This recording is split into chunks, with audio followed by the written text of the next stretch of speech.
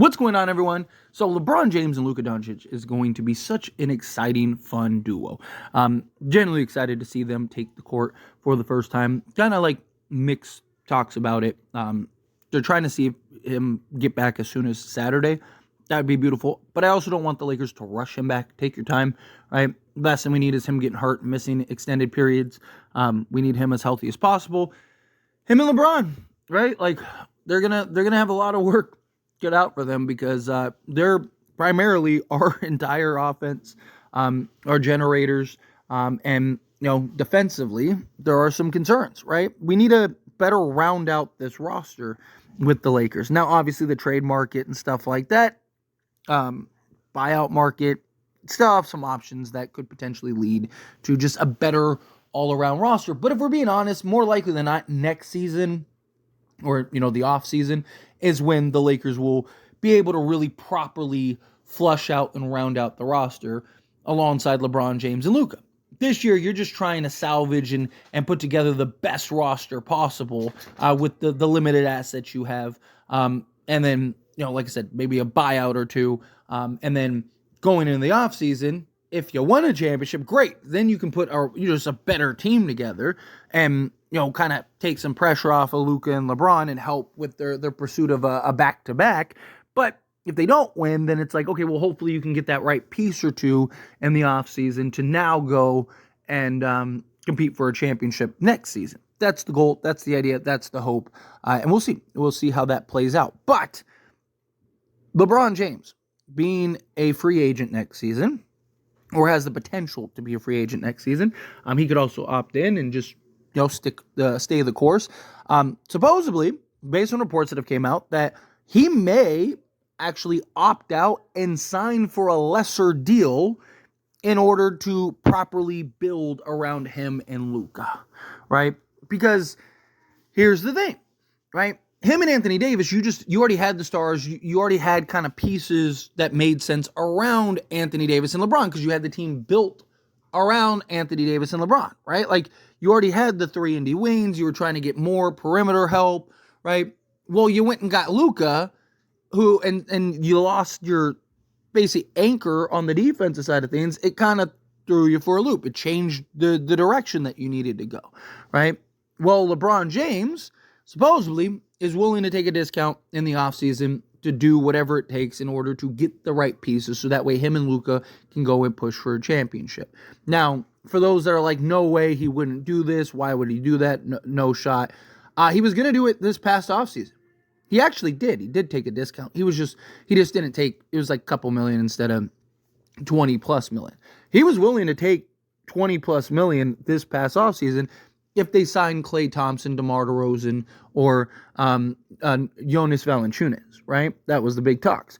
Problem is, Lakers were unable to sign any of them, and so LeBron signed for the full deal, right? Kept them under the second apron, but that was it, right? Well, if you're the Lakers, it is your job to go get those guys lined up. LeBron will more likely than not take the discount if you can get the right pieces, right? Like, LeBron's not just going to take $20 million for you to go sign a bunch of G League guys, right? But if you can get, like, Miles Turner is a free agent in the offseason, right? If Miles Turner wants to come to Lakers, LeBron could make that happen.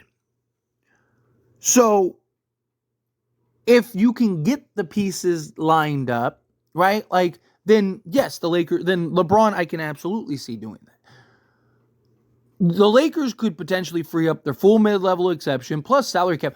Also, depending on what they do, which, if it's true, if LeBron is really willing to shed salary, or take a pay cut to help the Lakers shed enough salary to get under the first apron and free up the full mid-level exception and so on and so forth, right? That could may be the best course of action for the Lakers this trade deadline is to maintain cap flexibility, right? So obviously you still want to make trades, you still want to make moves, still want to go get, a center and things like that. But do you go get, like, obviously if you can get a Miles Turner or somebody like that, then you do it.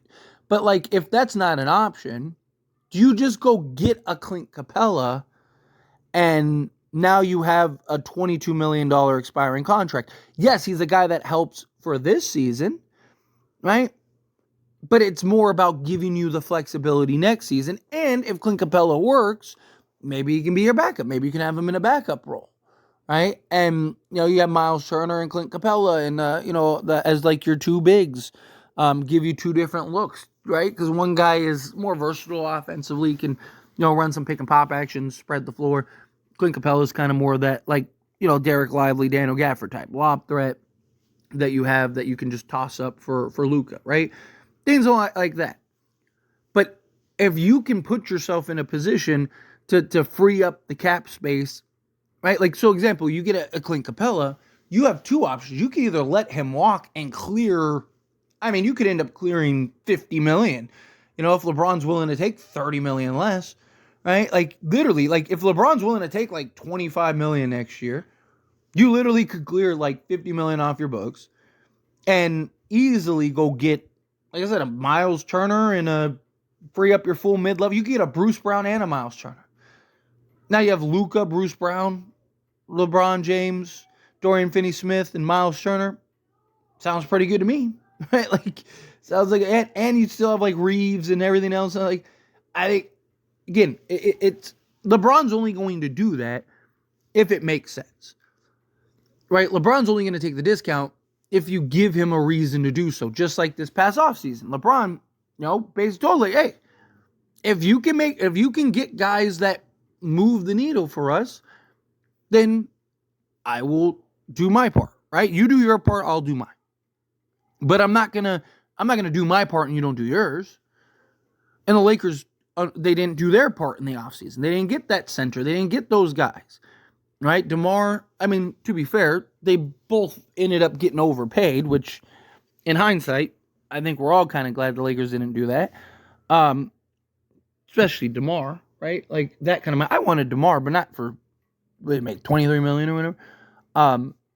But look, LeBron, he wants to win, especially if you win this year, right? Like, it's why there's a genuine argument to, like, trade the picks and do everything, like, do whatever you can to win this year. Because if you do win this year, I truly, like, from the bottom of my heart, believe LeBron James will literally do what he would take a vet minimum if he have to. I don't think he'd go that extreme, but get the point. Like, I believe, because if LeBron wins the chip, he's one away from Jordan. You don't think that he's not going to do whatever he can to get number 6? I wouldn't be shocked if he only plays for like $20 million next year if they win the chip. Because he's going to be like, man, go get, like, let's say you go and you get go get, these 3 guys, bring them on, and let's go back to back, right? Like, let's go get the depth pieces. Like, he will do whatever he can. I fully believe that. But it all has to make sense. LeBron's just not going to do stuff just to do stuff. If you can put together a compelling argument for him as to why he should make that discount, because, oh, look, we're doing all this, then I do wholeheartedly believe he'll do it. But anyway, as always, this is a discussion. I pass the question to you.